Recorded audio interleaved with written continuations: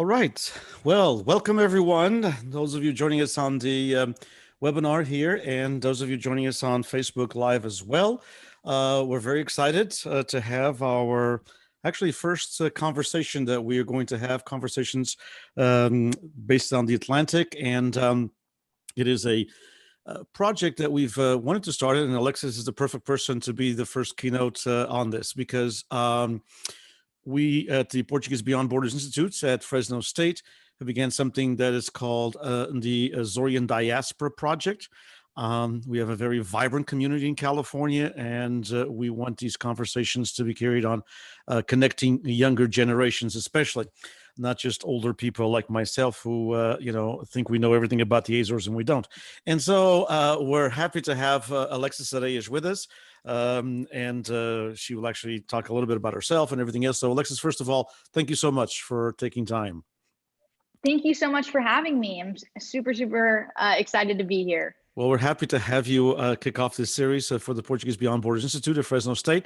And first and foremost, something that we all can look on our phones, but we always like to ask, how is the weather in the Azores? Because it can change hourly.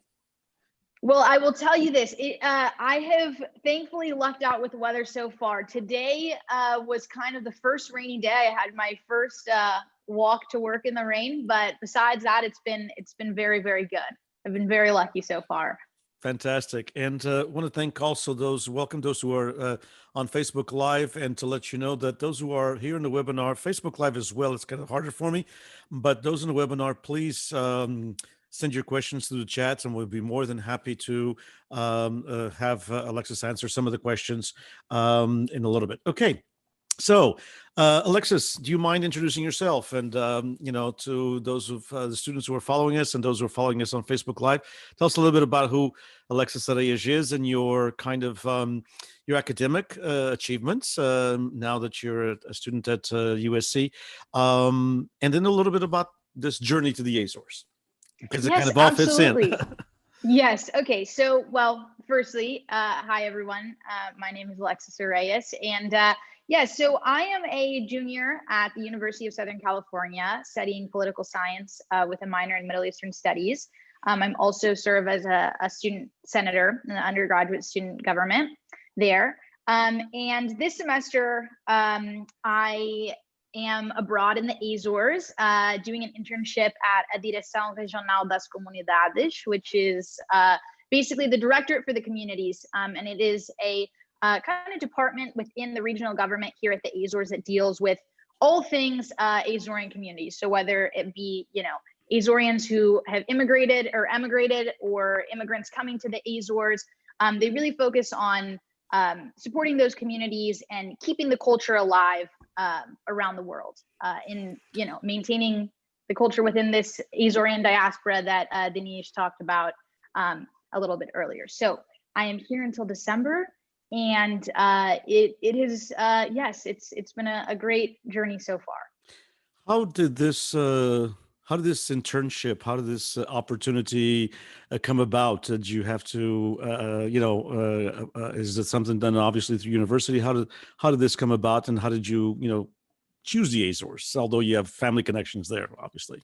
Yes. So, well, here's what I'll say. I don't think that even, 6 months ago, I would have thought that I was going to be halfway across the world in the Azores. It really did kind of come as a result of the pandemic, and in this world that we're living in. Unfortunately, it is these times of online schooling and all that, but being able to be anywhere in the world and doing school. And so it was kind of a conversation that I had with my family, and saying, wouldn't it be cool to go to the Azores right now, and not really thinking much of it. And sure enough, it was just about putting pen to paper and reaching out and doing all those things. And I still am pinching myself, cannot believe that I'm here, but it all worked out. And I feel very happy. So you're still attending college like if you were in an apartment in Los Angeles somewhere? Yes, you are absolutely right. So I start my work day at 9 and come back at 5, and then start school in the evening. So it makes for a long work week, but it's worth it for sure. And so when you started thinking about the Azores, I know that your family has connections, your father has connections. I mean, as far as his family's from the Azores, but it's not like he was an immigrant. I mean, the connections are from I believe his grandparents. And so when you started thinking about doing this internship somewhere in the world, why the Azores? Was it the cultural connection, or tell me a little bit about that? Yeah, it really was. Well, I'll tell you this. In the quarantine, I decided, I was going to start learning Portuguese, which was very timely, which worked out starting kind of in March or so. And you know, I feel like I'm in a time in my life in my early 20s now when, we sort of start questioning and asking, who are we? What are we? What did we come from? And what led us to this point in this sort of bigger picture of things. And so, yeah, I really did sort of feel that way and thinking like this is a really amazing opportunity for me to kind of find the answers to those things. And I've been fortunate enough, this is a longer story in itself, but I was able to make it to Terceira this earlier this month and reconnect with some long lost family and all these things. So it's been a great surprise, far more than I could have ever expected. Unmute myself there. So tell us a little bit about the internship there. So you're working with the Azorean community. What kind of what is that kind of? I mean, you've always known there's Azoreans all over the world. Your families, went to California a few generations ago. But any kind of surprises that you've or any new experiences that you've been able to learn through this internship that you've been there now almost half of the internship, just about. Yes. So, well, here's what I mean. The network of Azorians across the world is something absolutely incredible. I think there's something like over 1 million Azorians worldwide. The diaspora is very much alive and real. Bermuda, Brazil, all over. And before coming here, I don't think I truly realized the extent of kind of interconnectivity between these communities. And learning more about the Casa dos Açores and all these sort of networks around the world that really do keep this culture alive has been a really, really great surprise. It makes me really proud to be an Azorean descendant, truly. So I would say that was my biggest surprise. Just, it was a good one for sure. So the number, the actual number. Sometimes we in California think Azoreans only immigrated to California, maybe some Yes, New England states, but I mean they're basically all over. Uh, and all over. and although this is not your first time in the Azores, I believe you've been there with your family before, like as a tourist. But this is different. You're living in the Azores. What are some of the surprises, elements, or some of the differences that you saw that, as a tourist for a couple of weeks, and now as someone who actually has a daily routine that you just said you walked to your internship, and so you're living the daily life of an Azorian? Yes. Here's what I think that truly my favorite part about being in the Azores is just the pace. I mean, people are very they just love life. There's a certain simplicity about it that is incredibly attractive, and people just they appreciate the simple things in life, and that is something that especially during this pandemic and sort of getting out of the hustle and bustle of Los Angeles has been such a breath of fresh air. And so I would say that for sure. You said that you took the quarantine time to basically start learning Portuguese. So it's not like Portuguese was Yes. your first language, or was Portuguese something you learned, when you were in high school, 4 years ago or whatever. So you basically started learning Portuguese this year? Yes, I did. So starting Wow, in March, yes. I'm And impressed. so it's been a really great opportunity to kind of, practice my Portuguese and expand upon that. And so, yes, it's been quite the journey. I will also add that I started learning Brazilian Portuguese because of it was just what was available. And so for anybody who is familiar with the differences in European and of course Brazilian Portuguese, you have to know that the Azorian is a world of difference in comparison. So that has been a little bit of a challenge, but it's been great.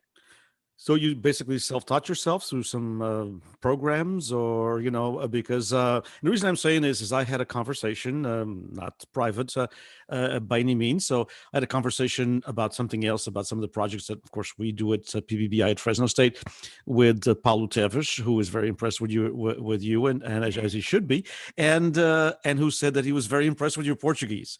And so, how did it come to you so soon? I mean, really. Well, honestly, I think I will say there's a little bit of an advantage in the fact that I do speak Spanish, which helps. I think they're, of course, both romantic languages, which you know common roots and all that. So that made it a little bit easier. But I think that there's so much more than just reading and doing the material, right? I really made it a point every single day to it was like I was listening to Portuguese music all day. I was watching, Portuguese TV, listening to Portuguese, podcasts. And so it really was just a matter of like immersing myself in the conversation and getting an ear for it. And I think that that's really the key to any of this is you really need to commit to it. When you arrived at the Azores, and you said, of course, how different it is Yes, between Azorean Portuguese, with European Portuguese with a little bit of an Azorean flavor, and of course, São Miguel has a different pronunciation than Terceira, and Terceira has a this different is true. pronunciation than São Jorge, etc. But how did that impact you the first? I'm sure now you're right at home, but how did that impact you the first couple of weeks? Yeah, well, I will tell you this. I expected it to be a little bit different. Of course, I knew it couldn't be the same, and I had a bit of an understanding of European Portuguese. But it's hard. I will tell you, the Azorean accent, Sothaki, it's fast. It's sometimes they like to leave the endings off of words, which is okay. I've learned to appreciate it, but it was definitely a challenge at first. Yes, indeed. We don't say obrigado. We like to just say obrigado, Obrigado, sim. yeah, and so, and all that. Okay. So, but basically, of course, you're still doing your studies at USC. You're doing the internship, and everyday life. I mean, some surprises. One of the things that you mentioned right up when we started our conversation was that things are a little bit more of relaxed in the Azores. There's not, I mean, Yes. people have a different pace. Obviously, they're islanders, and they do have a different pace. Besides that, what other kind of surprises, that you've had in trying to do everything from going to a cafe to a grocery store, or to a or to any a restaurant, etc.? Yes. Well, I will say my first experience in the grocery store here was somewhat comical, I think, to the outside onlooker. Just trying to navigate with no cell phone service and getting home and all these things. At first, it definitely was a challenge. It was an adjustment for sure. And navigating all these things with a not necessarily limited understanding of Portuguese, but otherwise, anytime you're in a country that's not your own, there's going to be sort of it's going to have its challenges. But for the most part, it has been everybody here. What I will say is incredibly gracious, incredibly welcoming, and very, very prideful. They always, want to show off their islands and help in any way that they can. And so it has been a very pleasant experience. If I need help, people are always willing to help. And so that's been great. Well, we're going to continue conversations. I have a lot of other questions. There are some questions popping up as well, but we have a unique guest. Well, everybody's a special guest here, but we have a unique guest that I'm going to promote to a panelist. So let's see if I can see him Yes, there. yes, yes. And so there he is. There's the congressman.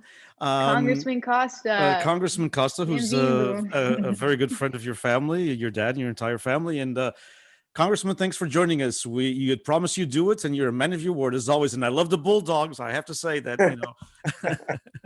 So I know you've been following just a little bit of the conversation, but we wanted to get your thoughts and on this. I know that you have other commitments in a little bit, so welcome.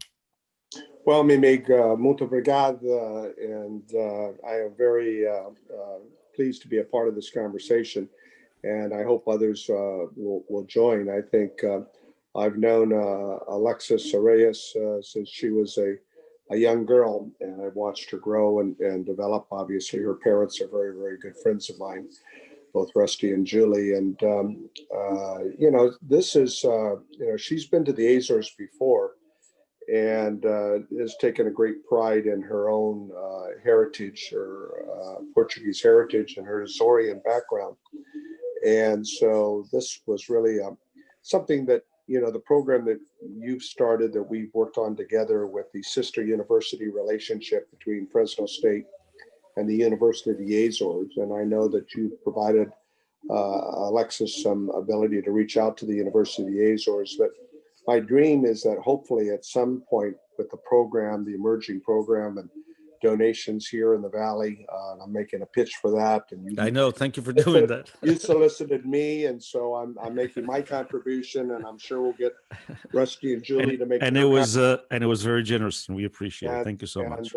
And I'm sending Alexis a Fresno State Bulldog sweatshirt so she can wear it around some gal. I'm looking forward to it. But I think for the purpose of today's conversation, and maybe it can be revisited, but in the short time that Alexis has been there, not only has she developed a proficiency, ela fala português muito bem, mas the efforts to assimilate herself, the project she's working on behalf of the Azorean government as it relates to the EU, and some projects she's working on as it relates to the United States, Estados Unidos. Our partnership, she's taken time to meet with the U.S. Consul General there in San Miguel and get a better idea of the mission of the Consul General. She's gotten to learn about the history of the Azores and where all of our families came from, and the connection, obviously, to the United States. And so the breadth and width in which her internship is really a reflection of what I would hope in the future we can develop a program where we can have 4 or more students each year from Fresno State go to the University of the Azores and spend a semester, where we can have 4 or so Azorean students come to Fresno State and spend a semester. We've had some exchanges in the past, and those have been good, but they've been limited in terms of time and duration. And I think the kind of immersion that Alexis has just told us about can only happen if you spend like a semester there, or they spend a semester here. And certainly there are Portuguese Americans that would love to provide homes for these students to stay at, I'm certain, as there are, Alexis told me the other day that she went to Terceira and spent the weekend at the Gomes' home, who was a gentleman who was the herdsman at the Reyes Dairy years ago, and decided to, did pretty good, and decided to move back to Terceira and got involved in the livestock program with the territorial government. And he's got a beautiful home there. I've been there before with Alexis. And they bring out the tourisms and all the other good stuff. She's eating high off the hog, by the way, literally and figuratively. Oh my goodness! But too much food. And of course she has the ability to talk about how the Azores are handling the COVID-19. Yeah. The elections that are coming up here on Sunday, and what they portend. So there's a lot of things that, frankly, we should be asking Alexis about, not only in terms of her experience, but in terms of things that are important to us. And to many of us, prims and primas, that still are there in the Azores, and we're lucky that you're hosting this today, Denise, professor, to provide us an opportunity to open a door or a window that Alexis can provide firsthand knowledge as to what's going on today in the Azores. So. Yeah, she's, as I said in the beginning, she's kicking off a new program for us. So we are calling it the Azorean, as I've mentioned to you, Congressman. We're calling it the Azorean Diaspora Project at PBBI at Fresno State. And these are conversations, Azores-California, and we call it Connecting Generations, because that's I think what we need to do with the student exchange program. And we have actually one of our participants is a young lady, Portuguese American, Ashley Fagundes, who is an academic counselor at Fresno State and can surely help us, get the word out to the students and get this, this moving as well. And so we're happy to have Ashley as one of the attendees in today, because she can get lots of information. So Ashley, the congressman asked the two perfect questions, of course. So that's why he's a congressman. The first one is, what is basically what is your take on COVID, living there, and COVID before you left? Obviously, things are also different Yes. here, than they were, a month ago. But how are the Azorians facing this? Because it's if it's dangerous everywhere, it's certainly dangerous in the group of islands where things can spread real fast, and sometimes healthcare systems are great in some of the bigger islands, but not as much in small islands. So tell us how's everyone? Every picture that we see from the Azorian government are always wearing a mask. Yes. So I definitely answer. I think Julia Endicott has also submitted a question here about, is there talk and how, about COVID in the Azores. And I'll be super honest in saying that our infection rate here is 0.01%. It's very, very low. There are almost no cases here in the Azores.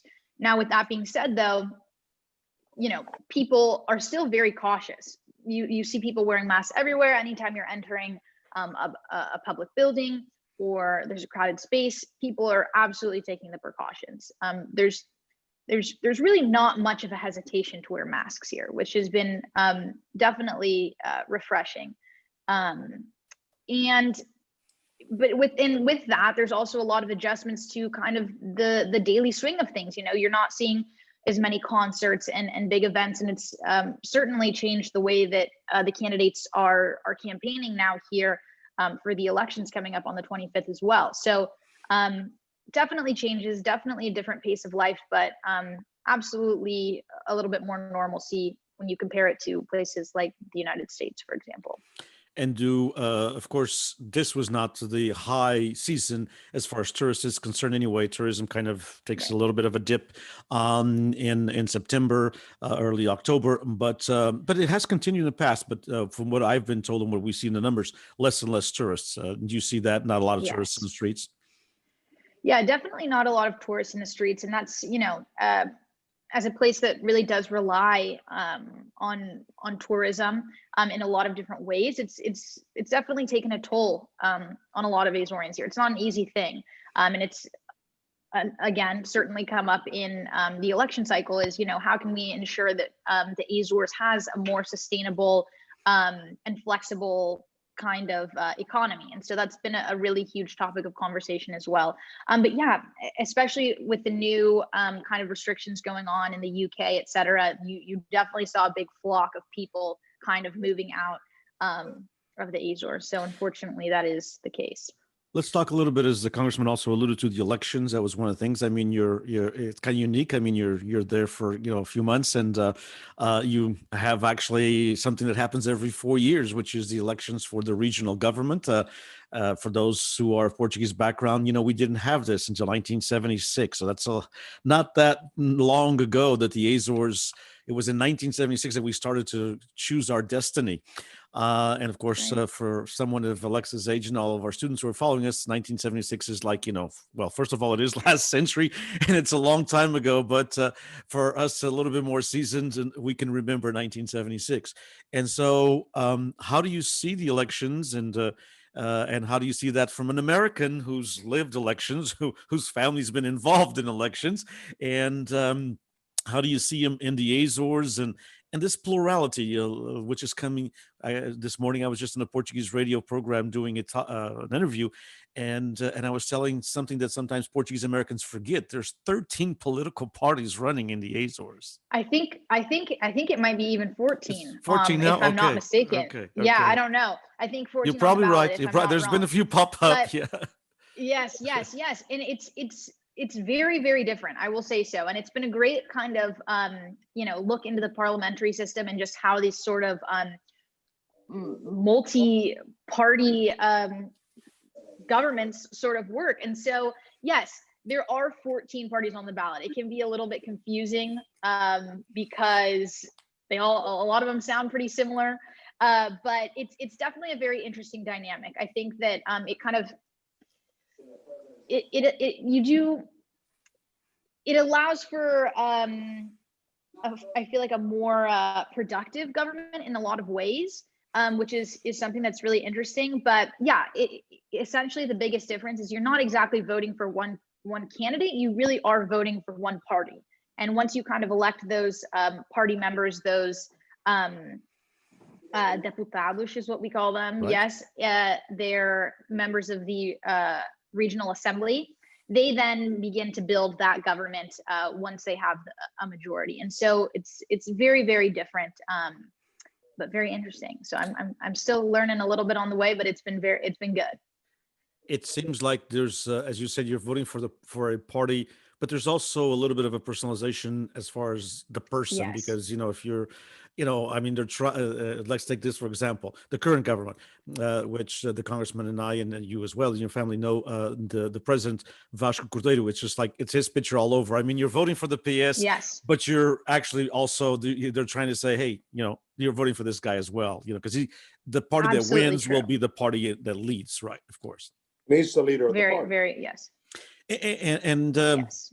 and we are living, as you know, and let me ask that. There's actually a very good question from Anizio Correia, a very good friend of ours who's in Florida, and he is from mainland Portugal. And there's actually a couple of different questions, but I'm going to take a second one first.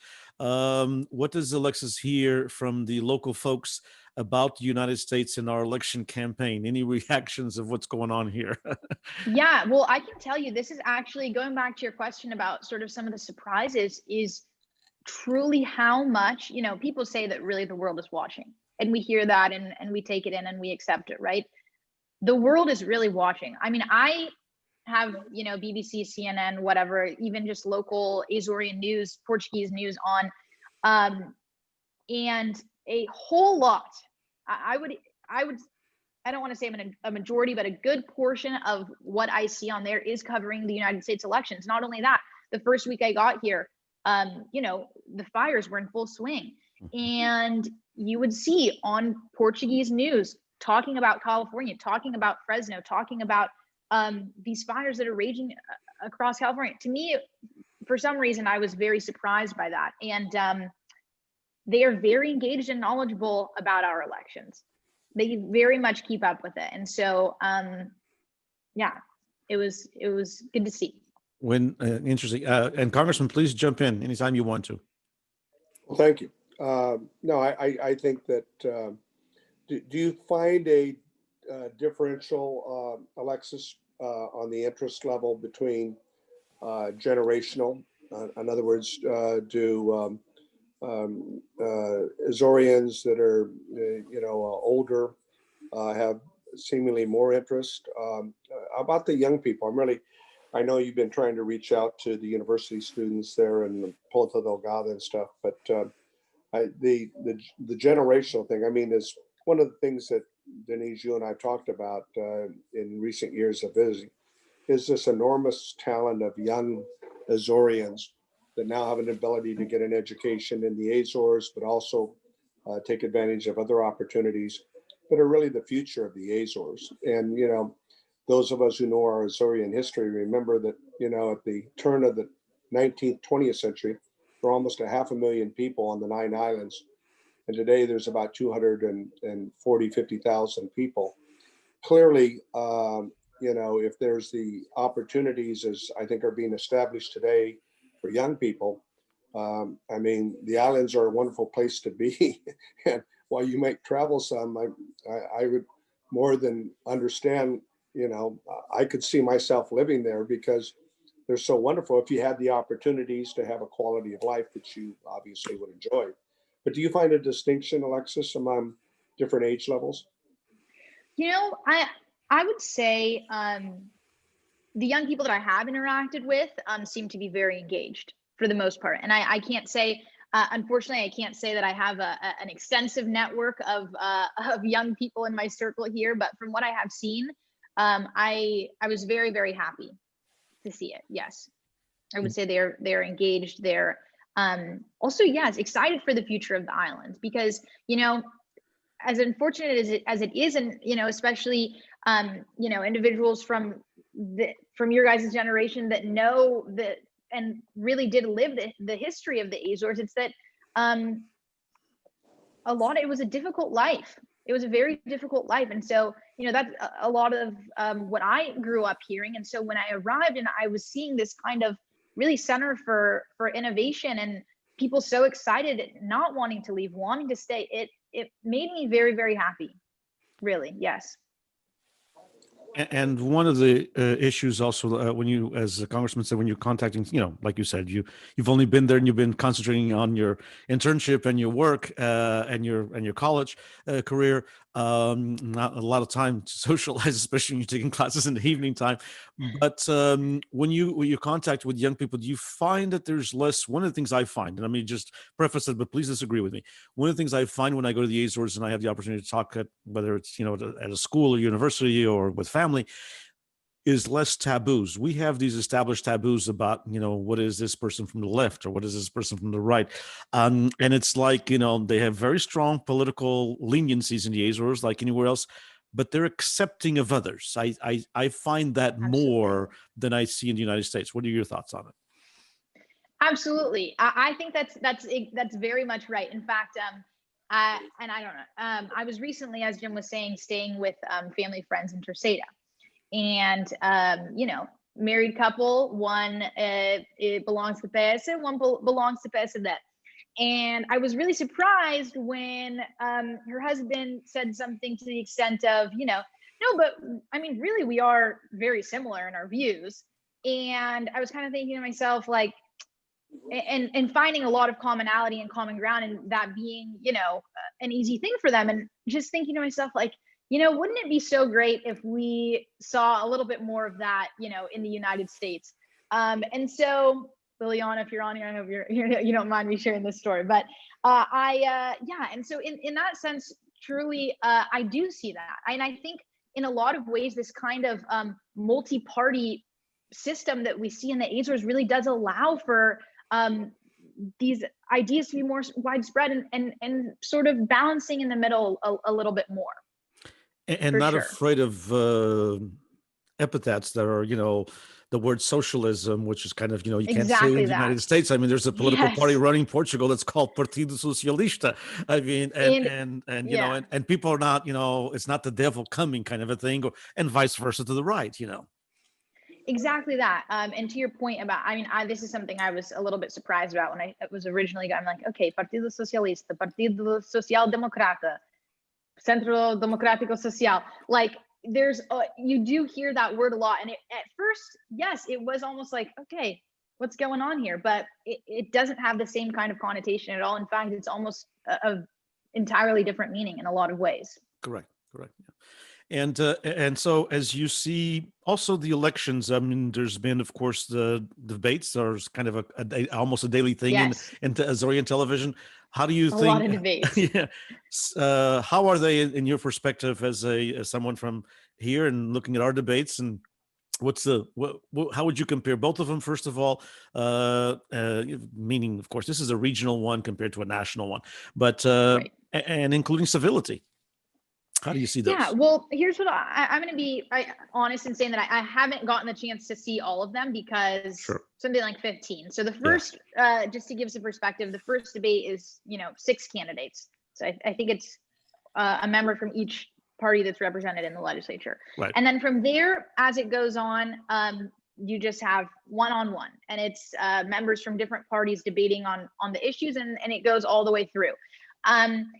And yeah, to me, it seemed very, very civil. There's a time meter. You can see how much each candidate has spoken, and at the risk of sounding casual, it was very chill. It was very chill, which was a little bit of a breath of fresh air after watching. I stayed up to watch our debates back in the U.S., and so.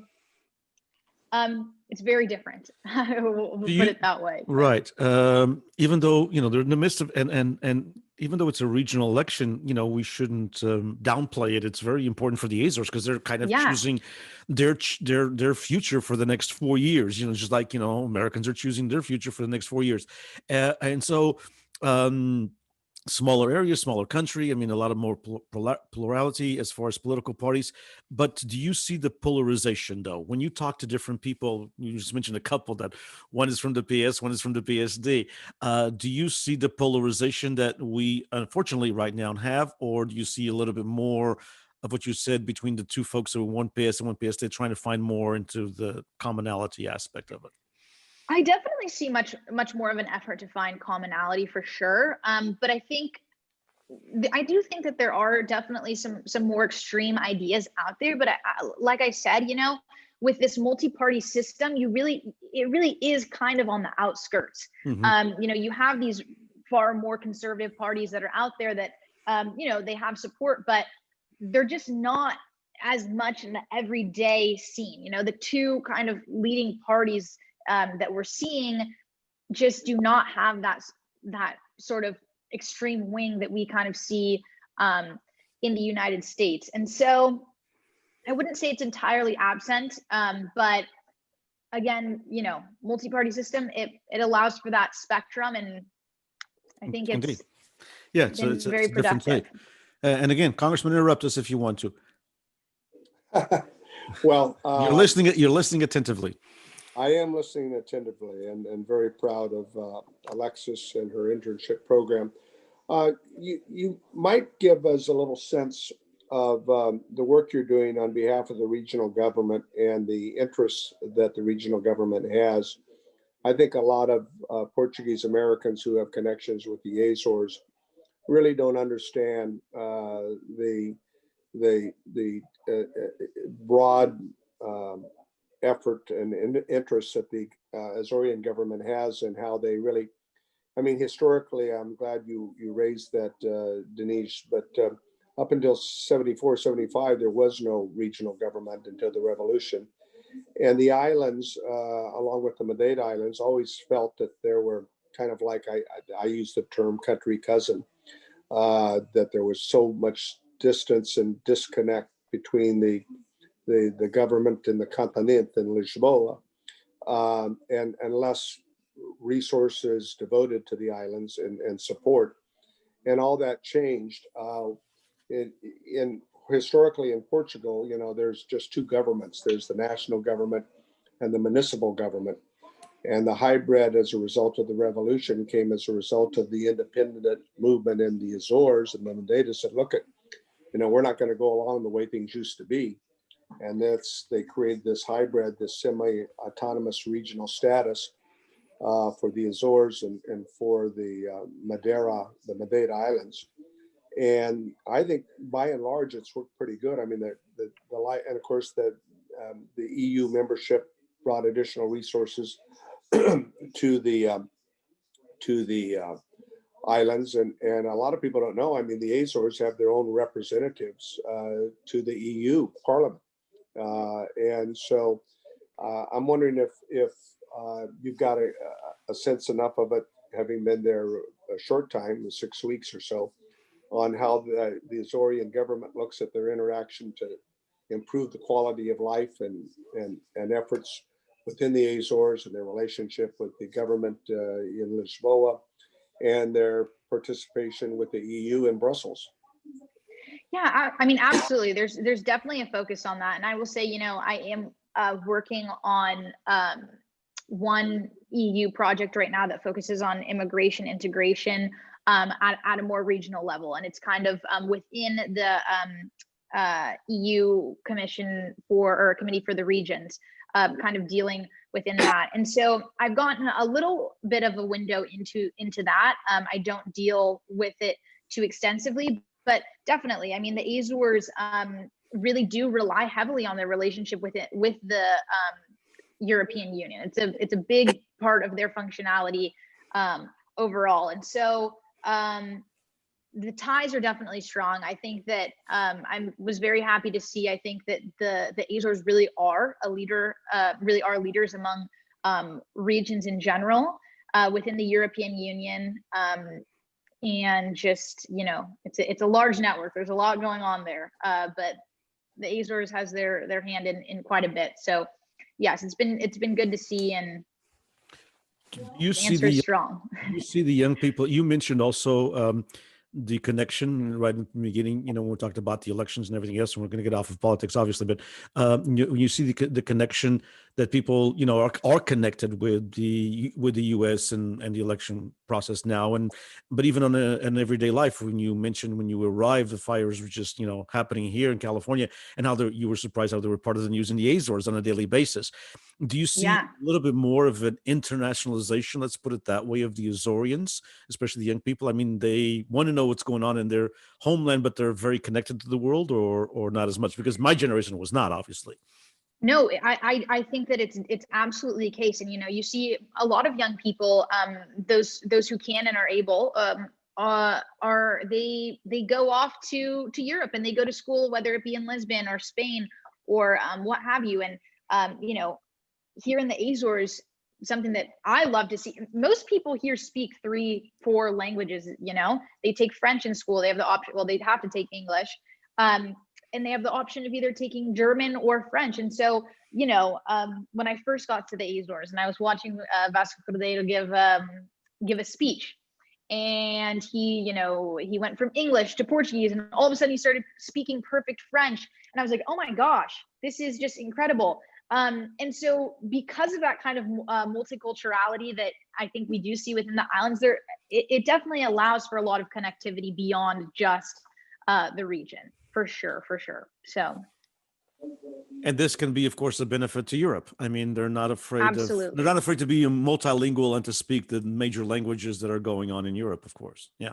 definitely. And on an everyday basis, have you found that, of course, there's a generation gap there, but do you find that most young people, your age and even older, do speak English or try? Yes, very much so. And I've run into this sort of issue. I don't want to call it an issue because I'm happy about it, where I'm thinking I'm coming to the Azores, it's time to practice my Portuguese, and everybody wants to practice English, and which is great. I'm all for it. I love it. But yeah, and there's a real want to. Everybody wants to, and it's great. People, they speak very well. Yes, for sure. Yeah, it's now being taught starting in the 4th grade, and actually it's going to change, I guess, in a couple of years. But so when you finish high school and you've had 8 years of a language, you better know a little bit of it. Yeah, Yes, indeed. yes. And those Absolutely. things that you mentioned, I mean, radio, music, movies, that's another thing. A lot of the things on television, All the and radio yeah, too. It's all it's all English. American Yes. music, or yeah, English music. Yeah, yeah. Hmm. And so the Azorians have always had a lot more of that. Um, when you look at, I wanted to bring it home to our students, as the congressman mentioned, we have quite a few students from Fresno State, the majority actually, and also a few from a class I teach at the College of the Sequoias, which will probably be hopefully. Then, of course, transferring over to a CSU and hopefully Fresno State. What kind of suggestions, ideas could you give to students, that want to do an internship, whether it be in the Azores or any other parts of the world, but especially in the Portuguese-speaking world, whether we'd like them to do the Azores or mainland Portugal, of course, and especially what you've done, which is take the pandemic into a new realm. I mean, this can be an opportunity. The pandemic can be an opportunity in lots of different ways for all of us, and here you've made it an opportunity. So what kind of suggestions would you give to students who are watching, as far as and thinking, hey, maybe a year from now I'd like to do an internship, post pandemic, probably more likely, we hope, but Yes. or 2 years from now, or some of them are just starting, right now they're freshmen and at college. So what kind of ideas and what kind of suggestions would you say, hey, try to do this kind of stuff first? Well, firstly, I would say, if you have the opportunity to do it, please, please do it. On a personal note, like I will say that, I kind of left coming here thinking I had a lot of things figured out about just what I wanted to do and my interests, and kind of just where I saw myself in the next few years. And I think that having this time to, one, be introspective, but also experiencing so much more beyond just, these circles that we kind of confine ourselves to, right? It has been eye-opening, and I've learned a lot about myself and a lot about just the world. I mean, that sounds cheesy, but truly the world, because of it. And so it's it's been a phenomenal experience in that sense. But as far as, thinking about what to do, there's a lot of things to consider, of course, with school and stuff. If you're able to do, come study abroad, I'm sure that the experience would be similar, but there's things that you need to figure out before going, and kind of the limit. It's been a lot, I will say, to be working and to do school. You definitely have to find a happy medium within that. But as far as taking the plunge and taking a risk, I say do it. Okay. One question that we had also from the same person, and those of you following us, please send us any questions. We have about another 12 minutes or so with Alexis. We don't want to ruin her evening. She has places to go and people to see. And so does the congressman and everyone else, of course. I know some of our students have class now at 1 o'clock as well. And so we have another question that Anísio you had actually put, which is, as you mentioned, I grew up in Portugal, the continent. And once he realized that immigrants tend to remember and relive their roots without realizing that the local life in their original land may not be the same. They may be very different than when they were there, 20 years ago, 30 years ago, 40 years ago. Is there a similar phenomenon with immigrants from the Azores? Well, from my perspective, I can tell you, Anísio, yes, we kind of idealize the same roads, the same, I remember when I came at the age of 10, and when I went back at the age of 14, it was not that big of a difference. It had only been 4 years, but then when I was married, went back, like, I think I was 28 or something like that. And my wife and I would comment, my gosh, I thought these roads were wider, because all of a sudden, it'd been 14, 15 years, and, the roads are not as wide as they are in the Valley and in America. And so some of the things, that you kind of idealize. And I think in your case, of course, you were born in the United States and your parents as well. But do you think that, Alexis, that this connection, that people should go back to the Azores, because if they have the image that was given to them by their grandparents, it's not the same Azores of the 1960s. Obviously, you didn't know the Azores in the 1960s, but you can see it today and see the difference. No, I think I can definitely speak to this, because I kind of grew up. I didn't have my first experience. I didn't even really know what the Azores were, unfortunately, until I was probably in high school. Like, I didn't realize that my roots led to this, incredible place. But I grew up, kind of hearing that my grandparents left and they had such terrible memories that they never wanted to go back. And it's an unfortunate reality, but it's true. And as I went to Terceira and I was kind of sitting there, looking out at this harbor in Angra, of like where my great grandparents sailed off to America and never looked back, I was really sitting there and thinking to myself, like, who would have thought, who would have known? And really just looking around and saying, wow, I am so proud to be a part of this amazing place. Mm-hmm. It was really, really a special realization. And so I would say, if you have the opportunity, if there's any doubts, give it a chance, for sure. And as you mentioned, when you were sitting there in the Bay of Angra, and the congressman can also comment on this, when you're sitting there in the Bay of Angra and looking at, because it's a beautiful place, just like the Bay of Ponta Delgada is such a wonderful place, and you'd say to yourself, because I've especially being a grand or great granddaughter of an immigrant, you say to yourself, why would anybody leave this place? This is so idyllic. This is such a paradise. Why would anybody leave here? But as the congressman pointed out, and I always like to basically cite what he said when he ran for Congress for the first time and announced his candidacy outside of a train station where his grandfather arrived from the Azores. It was a very poor place. It was a very hard place to make a living. It was beautiful, but we couldn't survive.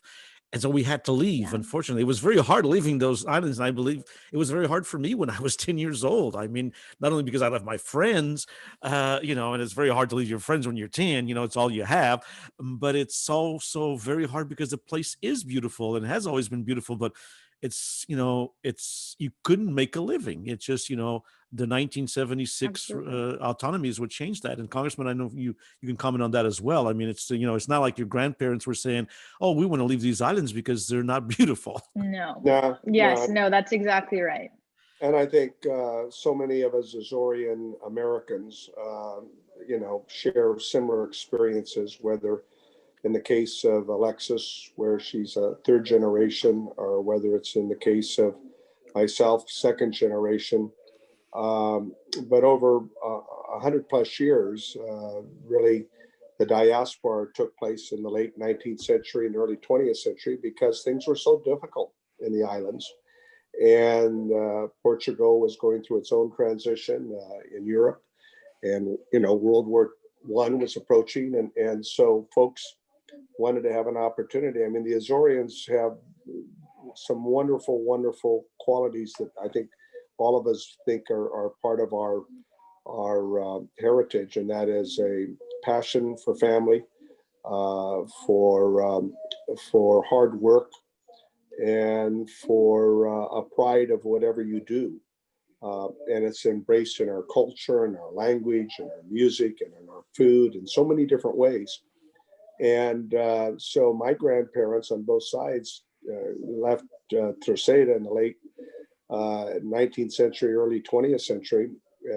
And that's their story is the story of most of the immigrants during those years, those decades, had nothing much more than the clothes on their back. But with a deep desire to come to a land where there was opportunities, where their hard work could pay off, because none of them had an education. All of my grandparents were, except one, were illiterate and non-English speaking. My one grandmother, her father was actually kind of the superintendent of schools in the Azores, and so she was fortunate to be a girl and to still yet get a formal education.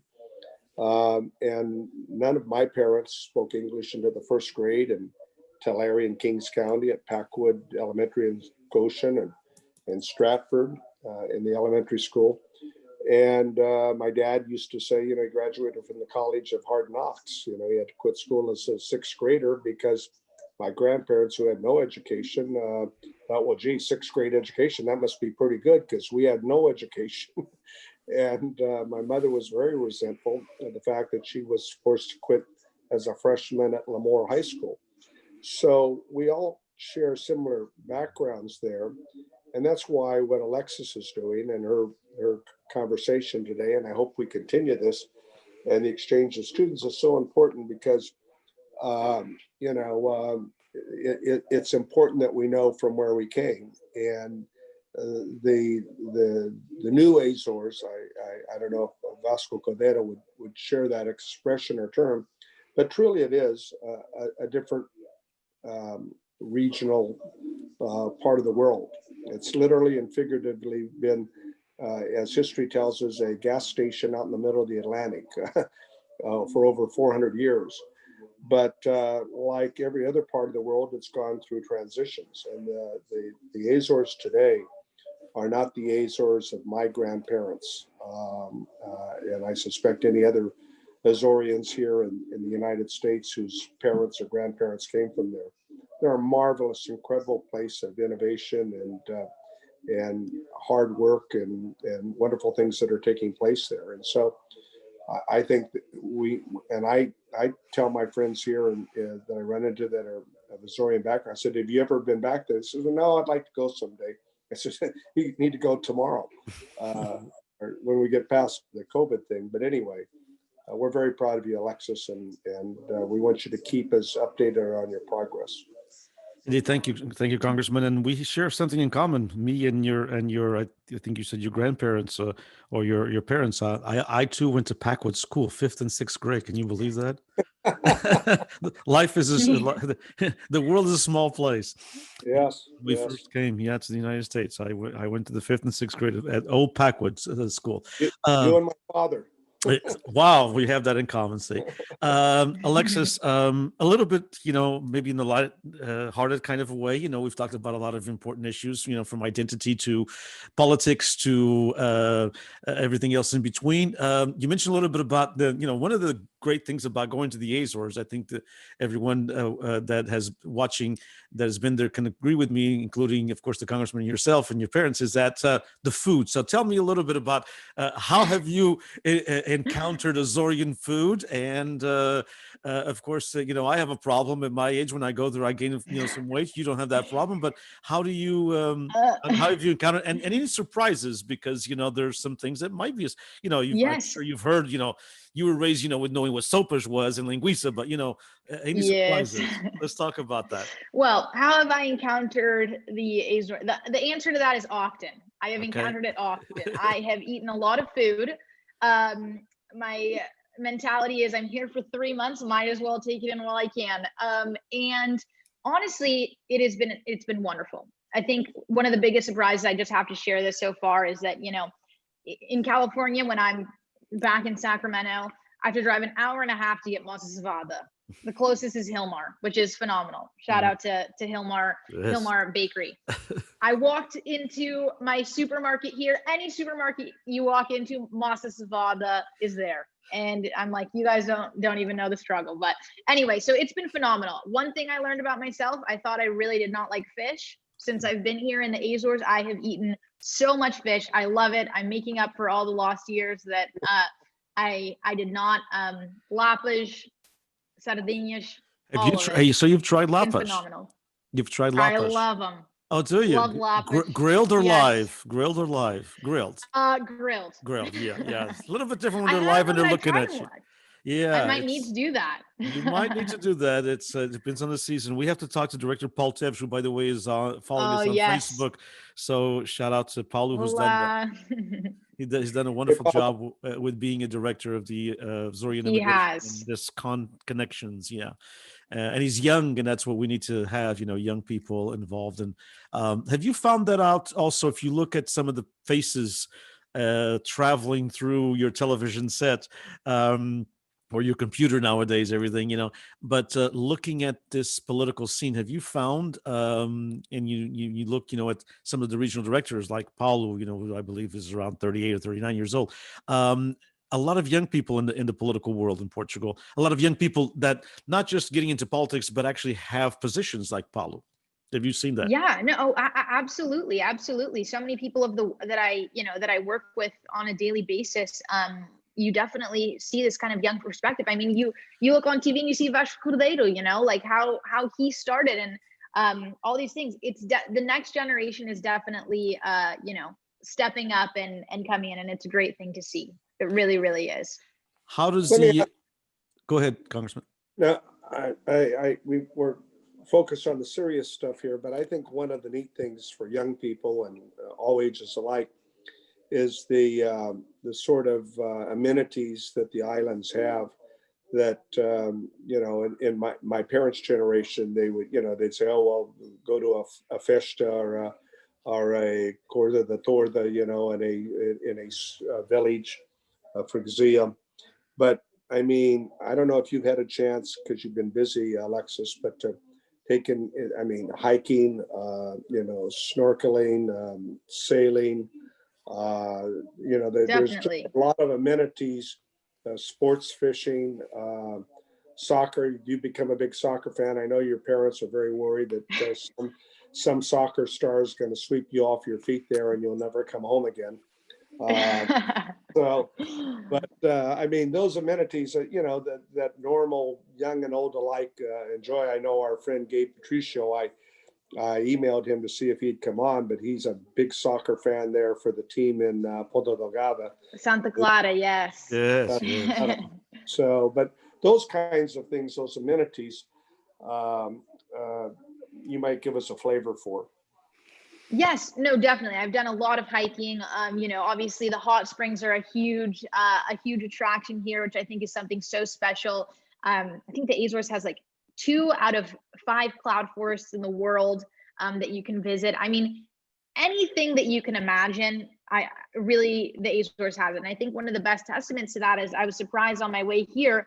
If you were coming flying SATA, any sporting equipment, anything from hiking, paragliding, biking, they will let you take it for free. And I think that's just such a testament to the things that the Azores values, and that is, enjoying natural beauty and making the most of these things that the Azores has to offer. So yes, it's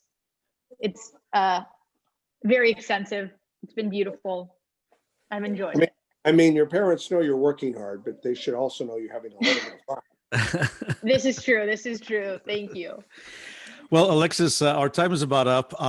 Thank you so much. First of all, thank you, Congressman, as well. And hopefully we can do this again, maybe, before you leave or something, because I think there's a wealth of information that we can connect you with our students as well. And of course, kudos to Paulo Teves for being a good host, and hopefully he's keeping you busy. If he's not, let me know.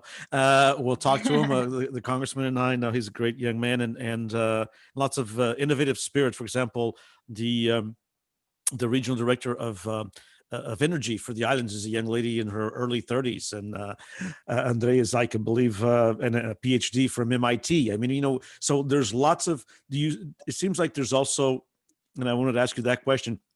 Besides the fascination and the connectivity with America through what you saw, not just the political world, but also things like, we're interested in the fires here in California, things like that. It seems like there is also still a continued interest in students and young people to kind of maybe do an internship in the U.S. And that's why, as the Congressman mentioned, we'd love him to do it at Fresno State for many reasons. First of all, because we believe in what's going on at Fresno State, and second of all, because of the connection they could have also with the Portuguese American community, because sometimes they too have a different take on what a Portuguese American community is in California. So, do you find it that the students or the young people that you see, whether they're students or not students, but there's this fascination still with America that goes beyond the popular culture? There also goes to find out a little, to maybe even do a master's program here or a PhD or something like that.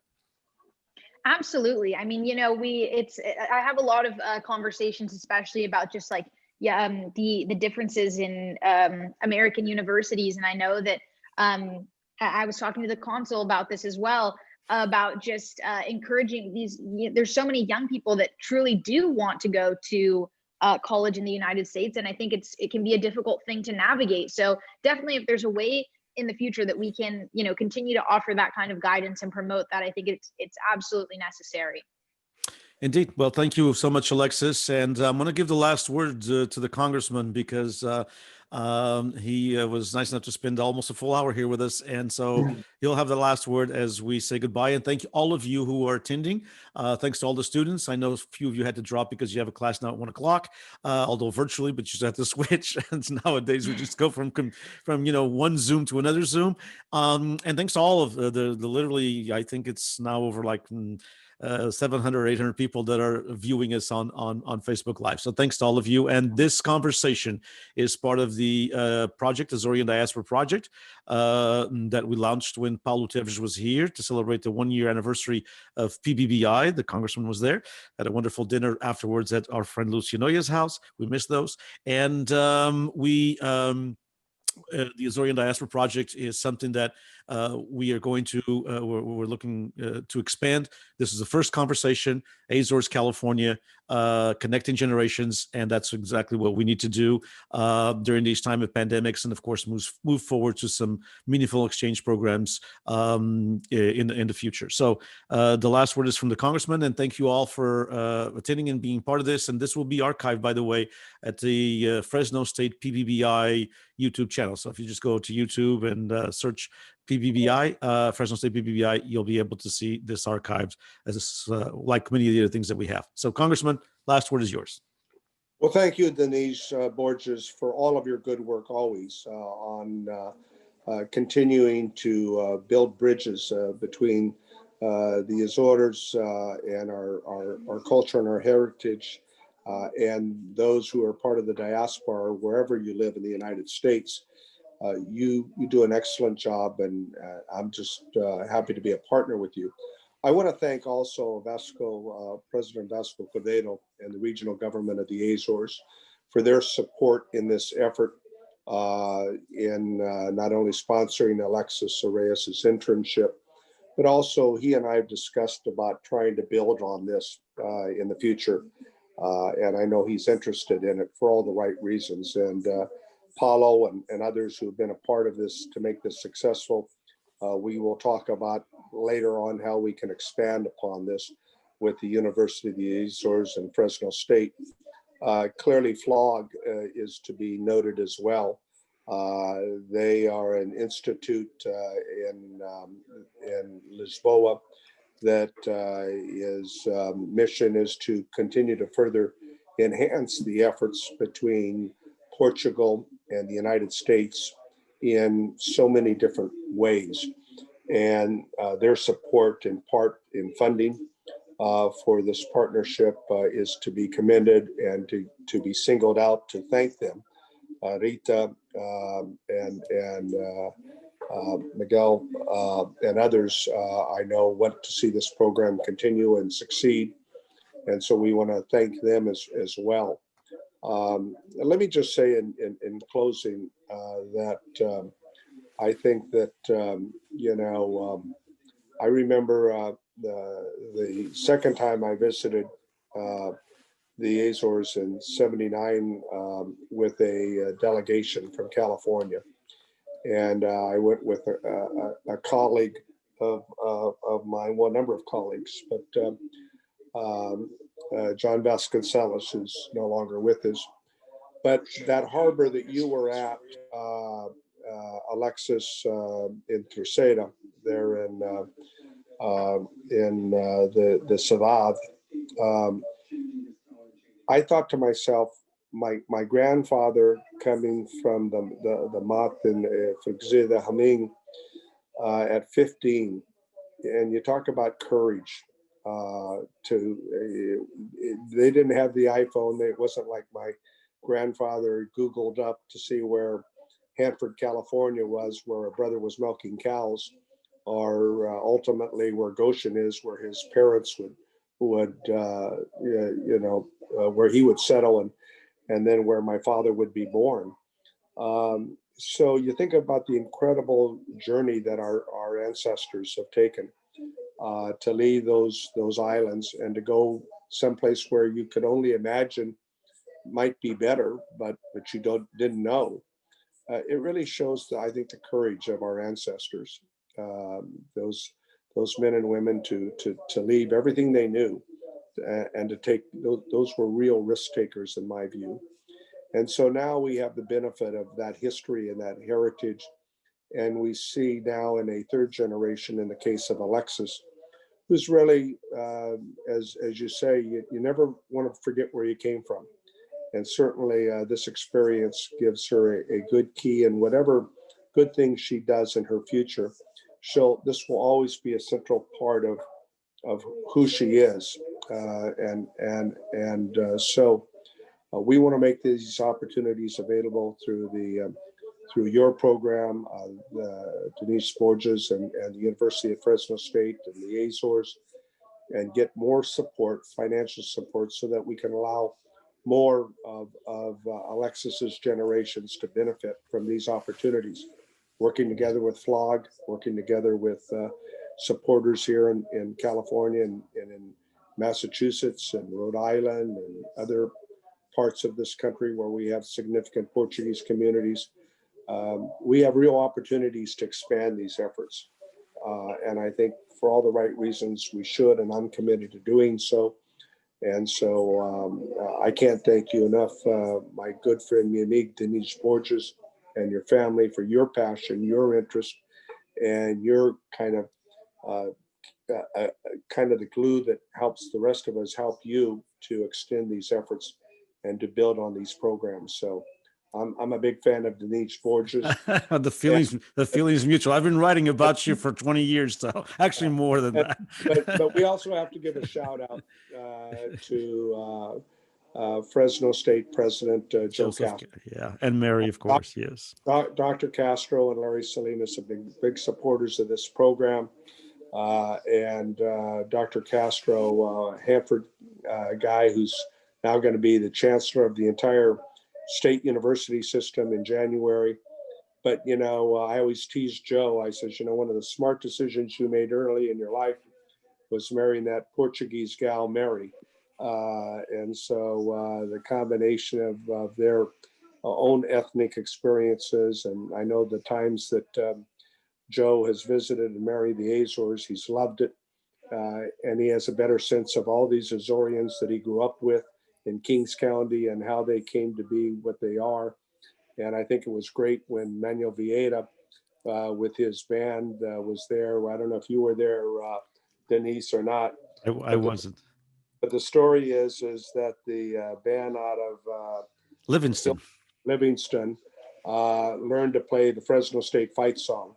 So when President Vasco Cordero had a banquet dinner for President Castro to initiate this effort, the Hilmar Portuguese band that was there at the same time came forward, and they broke into the Fresno State fight song, which surprised everybody, most importantly, President Castro. So, you know, that the world continues to grow smaller, and we need to understand that and to make sure that we take advantage of that in every positive way possible. Thank you so much, Alexis. Yeah, thank you so much, Senhor Denis. Agradeço-lhe muito pelo seu convite, and thank you also to Fresno State and Portuguese Beyond Borders, and of course, most importantly as well, everybody who's watching, who's taken an interest in Azorean culture and keeping it alive. It was so great to be here speaking with you all today. And I really enjoyed it. Tell us a little bit beyond this internship. What is Alexis going to do? She's going to graduate pretty soon, huh? She's going to graduate. Yes, class of 2022. Wow. Hopefully that will be the year. And beyond that, we shall see. Politics, family tradition. It's looking like it. It's looking like it. Fantastic. She's on the student body senate. Yeah, I know. She's already doing that. Yeah, she's already a senator. What more can you ask? Well, I'll volunteer wherever that campaign is. I'll volunteer. I'm retired, so I can move somewhere. Thank you so much, Alexis. Thank you, Congressman Costa. Thank you, all of you. Take care, and we'll see you on the next event of PBBI Fresno State. Take care, everyone. Stay safe, everyone. Thank you. Good job, Alexis.